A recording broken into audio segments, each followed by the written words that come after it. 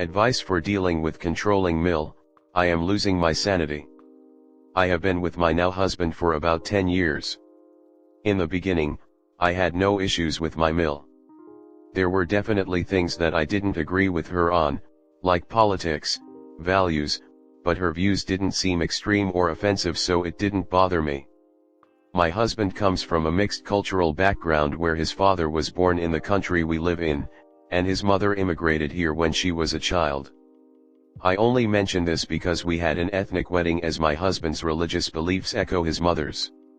Again, I have no issue with this, as I also have mixed ethnicity, but am not religious per se, and it was important to my husband to have an ethnic wedding.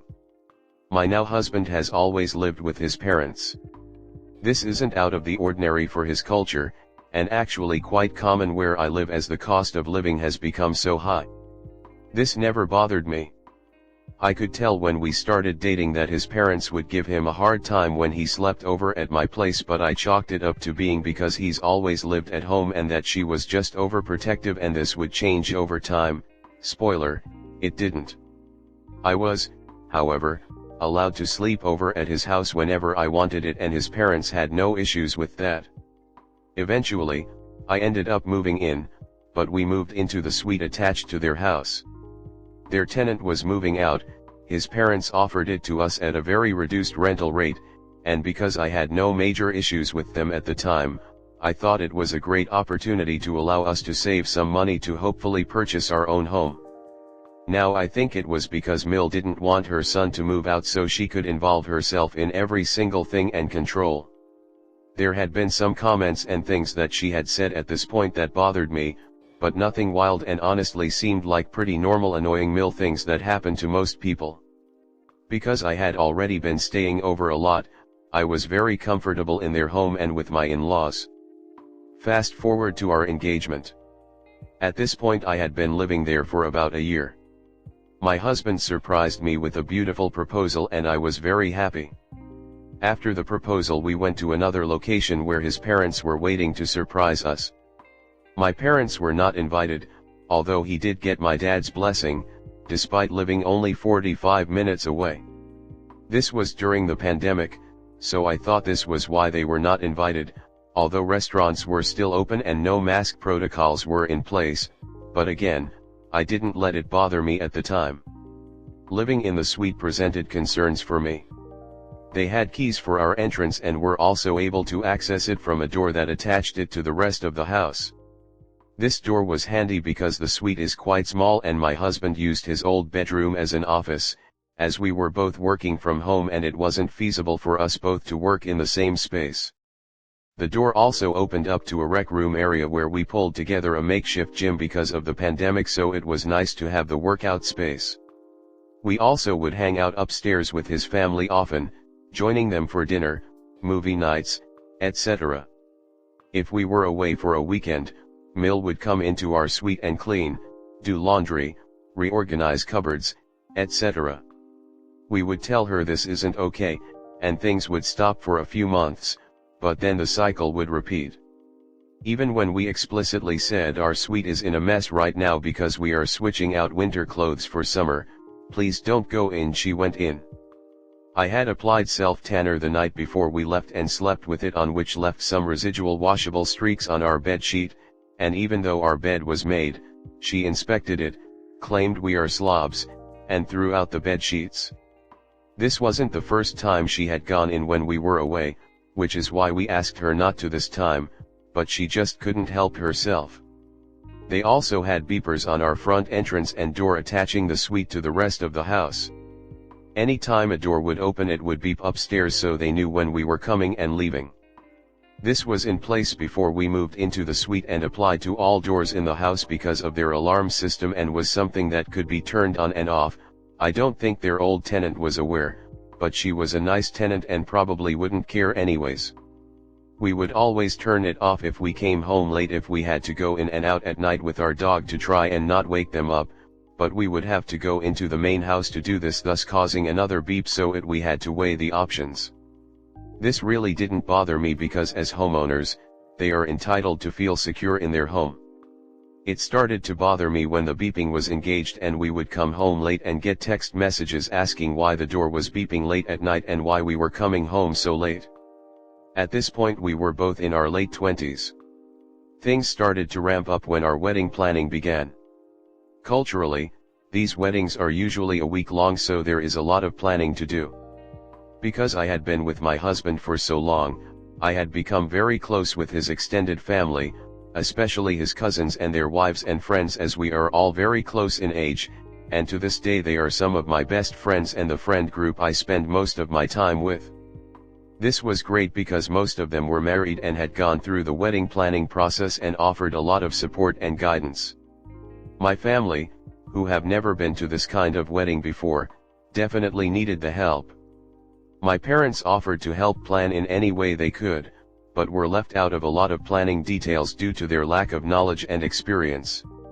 This didn't seem to bother them, or me, as we are quite relaxed, and go with the flow kind of people. I also was a very relaxed bride. I was happy to let my Mill and her friends take the lead on the event planning, as they have a much bigger family than me.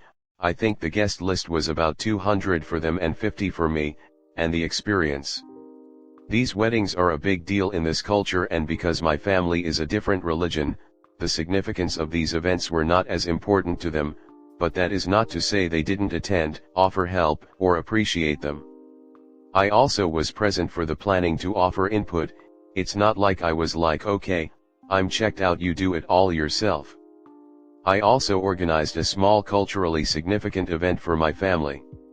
I had gained some weight through my 20s, as one does during this time for a variety of reasons. After we got engaged, every time I went upstairs, Mill would remind me I should lose it for the wedding. She would ask me what my now best friends did for workouts, who she knows as they are daughters of her friends, what they ate, and tell me I should do hot yoga with them. She would constantly compare me to them. After multiple times I told her that I didn't want to go to hot yoga and had started working out with a personal trainer. I also took offense because I used to be a nationally ranked athlete with a sports scholarship and intense training regimen, so I know how to work out. She would tell me that I didn't need to be on mental health medication, my mistake for ever opening up to her that I struggled with depression, and that it was making me gain weight and that I should just drink more water.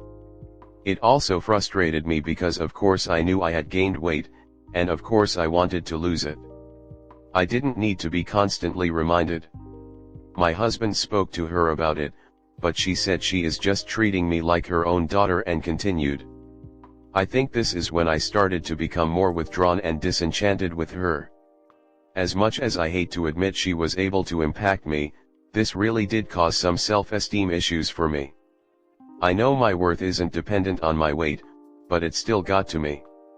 I went wedding outfit shopping with her for the first time, since I had never been to these kind of stores, and my husband came as well, but this didn't help as once we got to the ethnic stores he went his own way as to not accidentally see any dresses I might buy.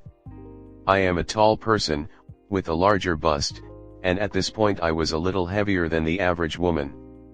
The floor models for wedding and reception outfits didn't fit me properly, but it wasn't a problem because these outfits are usually made to order, and I think this is similar to the standard white color wedding dresses, but I'm not sure. Every store we went to, she would ask the salesperson how long things would take to order because I am bigger and will need custom made or alterations. I understand this could be considered a language thing, but it still hurt my feelings. We ran into her friend and her dill who was also getting married that year at one of the shops, and she was also trying on outfits, so we tried them on in the same area. When I came out of the fitting room, my Mill pointed out my stomach because it was bulging out a bit in the two-piece outfits and laughed and said, "Oh my God, your stomach." I was mortified. I did end up picking out my reception outfit that day, with her approval. This will be significant later. I vowed to never go back with her because by the end of the day I felt insecure and defeated with my body. She told me not to tell any of my friends what I picked and not to bring any friends with me when I pick my wedding dress so that it would be a surprise. I went back with my mother and one friend, who isn't the same ethnicity, to pick my wedding dress. I would have really liked to be able to bring my ethnic friends with me to pick my wedding dress because I just felt like that's a fun moment for the bride no matter what culture you're from, but I didn't want to upset Mill. Meanwhile, as we prepared for the wedding events, Ring cameras were set up around the perimeter of their house. I understand this, there would be up to 100 people at their house during the wedding week for different events and different days. There was also a camera installed at our suite entrance outside which was used to chastise my husband and I for ordering food delivery. I had begun to distance myself more at this point.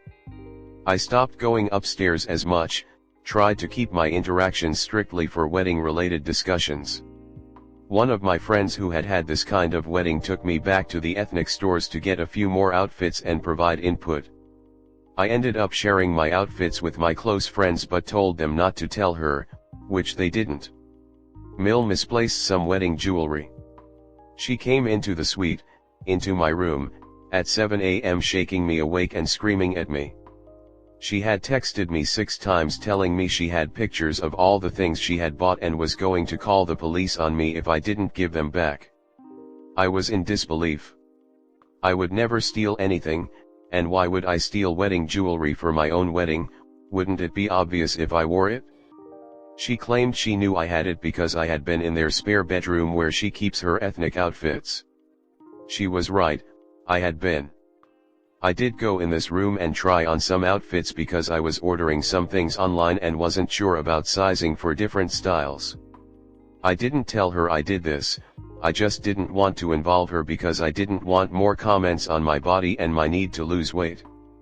I can honestly say this is the only thing from my POV that I had done wrong, but I didn't think I needed to tell her as this room also had some of my outfits from previous events. I didn't think she would know that I had tried on anything else. I never needed permission to go into this room before, but I do understand how she would feel upset that I tried on something that didn't belong to me. I was just so fed up, and justified it to myself because she has gone into my bedroom multiple times when I wasn't home. I still feel guilty about this because if the roles were reversed I would be mad too, and I was being a hypocrite. I just honestly didn't think she would know, and I didn't mean to cause any harm. I told her over and over again that I didn't take anything. I screamed back at her to check my closet and wardrobe because I don't have anything that didn't belong to me. I don't remember the extent of the conversation, specifically what I said, too clearly as I really think I was blinded by rage, but I am sure I wasn't very nice.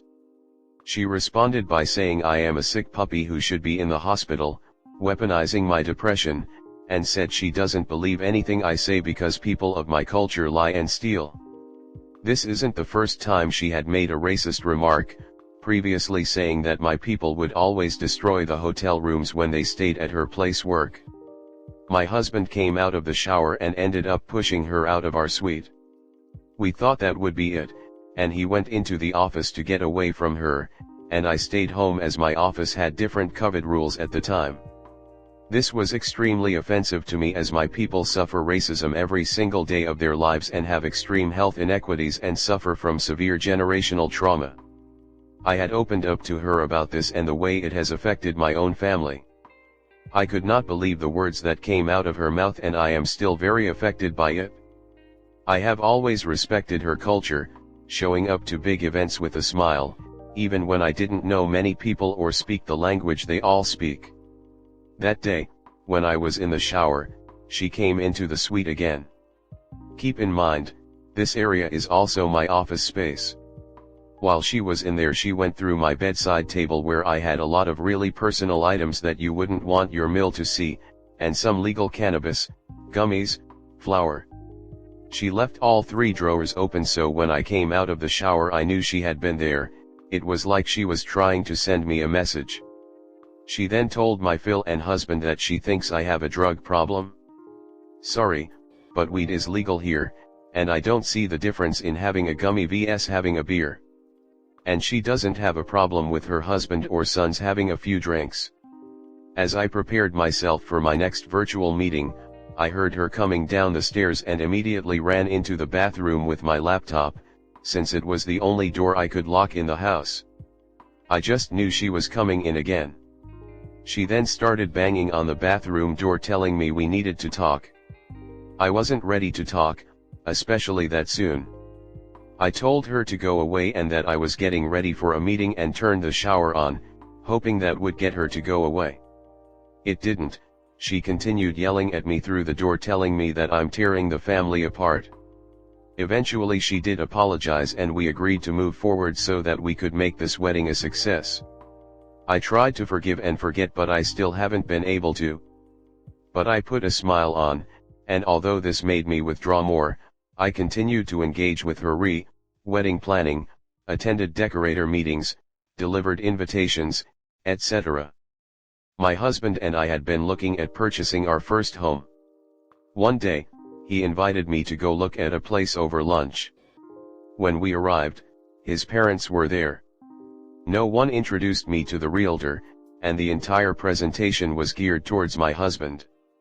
The realtor didn't know I'd be living there too, or who I was. I'm not sure if she thought I was a sister or a friend, but she definitely didn't know we were engaged. When she found out, she emailed me apologizing. I don't know why I didn't say anything, or why my husband didn't say anything, but no one did. I don't know if I can even say we, because my husband and his parents had looked at other places without me, and this was the first showing I had actually gone to, ended up deciding to purchase this, and his parents were willing to help us with the down payment if mine were. They got to see the model. They got to ask their questions during the showing. Mine didn't. I had to ask my parents if they would contribute to the down payment, and I knew they would, but I knew this wasn't right. But I didn't want them to think differently of my husband, and I wanted to get out of this suite. I still hold a lot of resentment over this. The wedding goes forward.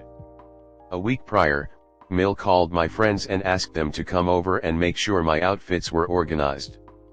This angered me because she had been so insistent that I don't reveal my outfits to anyone, but at this point I think it was clear that I did not want her involved with my outfit choices.